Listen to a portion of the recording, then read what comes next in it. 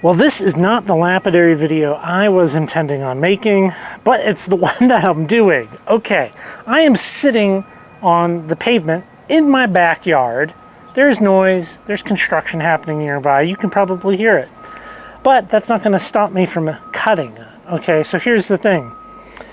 We were in, I guess, near the Utah-Nevada border, and I came across that, okay?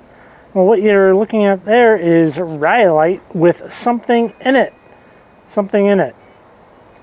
So I'm thinking Thundereggs, right? So this is a location that has no documentation. So I collected like a bucket of material, and what I would like to do, including some things like this, right? That's promising. Maybe it could be a dud. Who knows? I have no idea. I haven't cut any of this stuff, but we're going to cut some of it today, and we're going to look at it. Maybe we learn some things together, and who knows? Maybe this will be a future locality video, a discovery of a new Thunderegg location. Yeah, you want to see my low-budget cutting setup right now? Because this thing back here is not done? Well, you've never even seen this saw. Most of you have never seen this saw. At least mine. This is the 10-inch high-tech diamond trim saw, slab saw, whatever you want to call it. I do have my lower tone one, but this is a nice lightweight plastic saw, and I could very easily carry it out here on my patio, which you can see is I'm doing construction stuff. So without that said, let's we fire this thing up and we will do some cutting, and I'm sure I will get wet. Who knows? Hopefully you don't get wet. You're the important part there.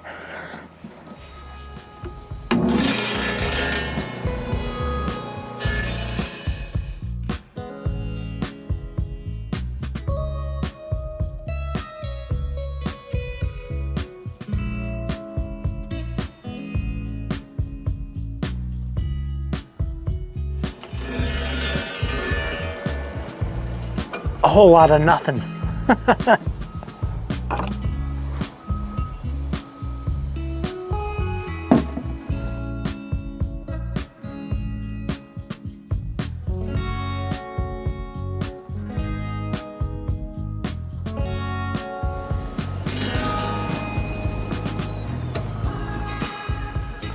Looks like nothing. Maybe you can see it. Maybe it tried.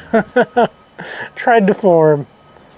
I thought this may have had some promise as being a okay Thunderegg. We're just going to rip it right down the middle here. You know, I mean, we're not looking for super promising material. We're just looking to learn. We're looking to learn. Probably go like this. It'll be more supported that way.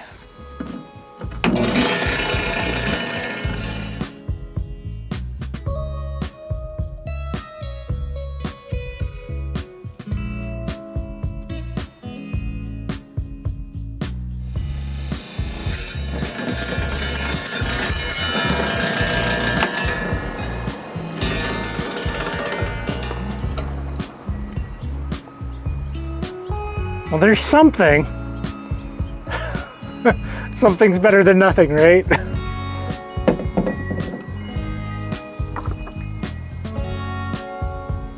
Interesting.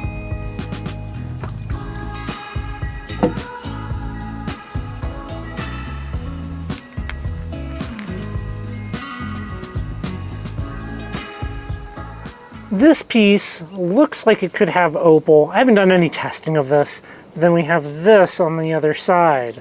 So I'm kind of thinking I'm just sending it through this way because we have that there, that there. It could look like there's a piece there. And obviously we had something fill this, and should be able to cut just like that.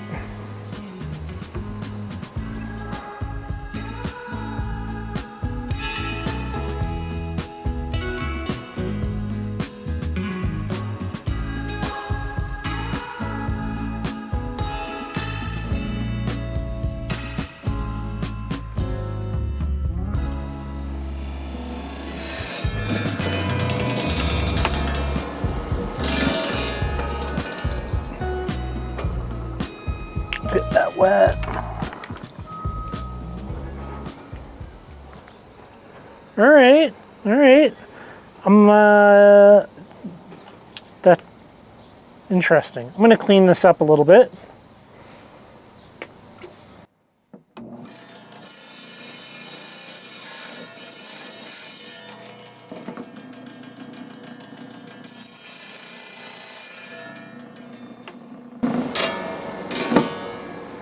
There we go.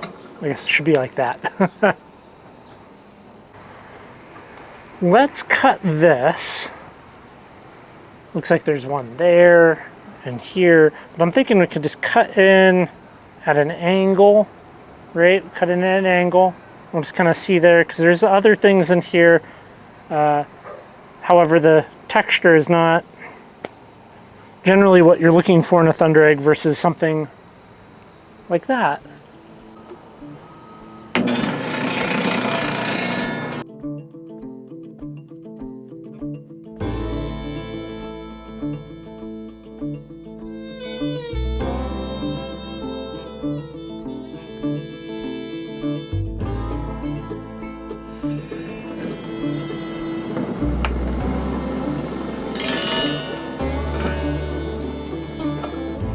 A whole lot of nothing.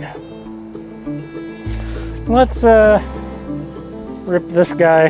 We'll just cut right through it.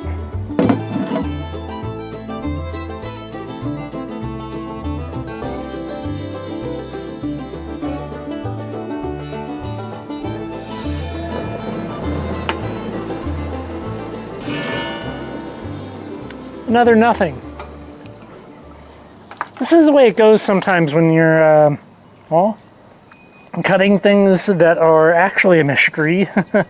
You know, we went through this before when we were doing the Rimrock Lake Thunderegg bed as well. We cut a lot of duds.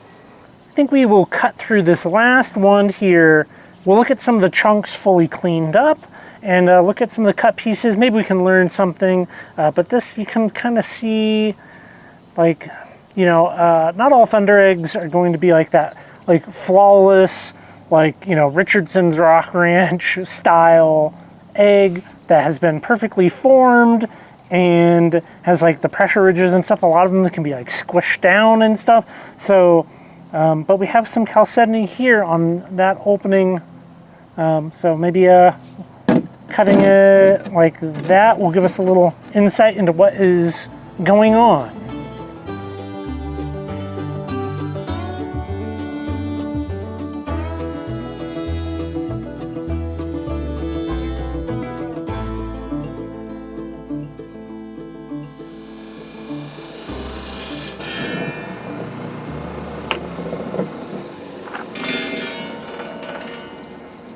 That actually has something in it.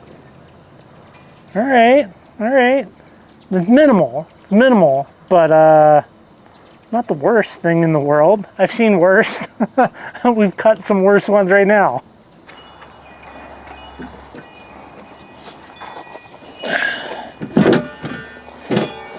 As for the saw here, I wouldn't say it's a bad saw. These high-tech saws, I would say they are not very refined, but they are like a good in-between of a tile saw and a more high-end trim saw. Not how I want to have to get water out of a saw. Then you need a screwdriver and a wrench to take the blade off. Also not ideal. I got all of this stuff nice and clean. Before we delve into this material any further, a lot of it is very fluorescent, and we will use the Stymac Engineering shortwave UV light and check this stuff out.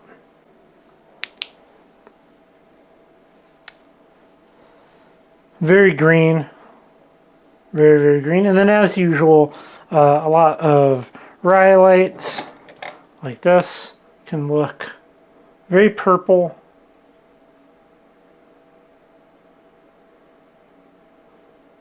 You have that green. Overall, that's kind of fun. It would certainly make looking for material out there at night quite easy. at this location, all of the dirt, including all of the rocks, are very gray. They're very gray. And one thing I learned through this cutting process was that a lot of this stuff that ended up being a total dud is kind of brown on the outside and then gray, just nothingness on the inside. This piece here, it's hard to tell on camera, I think. It has a more maroon hue to it, and maybe it won't be captured fully being inside here, but we have this kind of more brick red coloration, and I think if this is an indication, let's just say this is on the low end of what's available out there. I mean, it could be on the high end. I don't honestly know. And that is one of the problems when exploring new Thunderegg beds that I learned from really exploring the Rimrock Lake location is this could be the best specimen I ever find from that locality. It could also be the worst, well, the worst outside of total dud. You never know. You never know until you're out there and you're spending time and you bring stuff back and you're cutting and polishing and doing all these things to see how it works. This material does have fractures in it, which is not ideal, you know. Yeah, that. So, okay. The color matters. A lot of this stuff, we just have some little bubbly pieces of chalcedony. While we're on the topic of Thundereggs real quick, let's talk about what these guys are. Thundereggs can have hollows in them. If you have read The Formation of Lithophysi, you would know that. That's a highly recommended book. But once again, we kind of have that more maroon coloration to this. So even though this has a void, it would not be a geode. Thundereggs, one word by the way, people misspell Thundereggs all the time and they use two words, they hyphenate it. No, Thundereggs is one word. Doesn't matter if it has a void in it like these or if it's entirely solid like that one over there. It is about the formation that it comes out of, which is rhyolite. Like the Dugway beds, people call them the Dugway geodes. They are actually Thundereggs. Geodes come out of other igneous extrusive formations, such as basalt. But yeah, seeing this now, I'm like looking for these more smooth, textured rocks as opposed to that. So, you know, this is you're seeing the process, the learning process here. So yeah, I'm going to go back and we're going to get some more smooth rocks like this.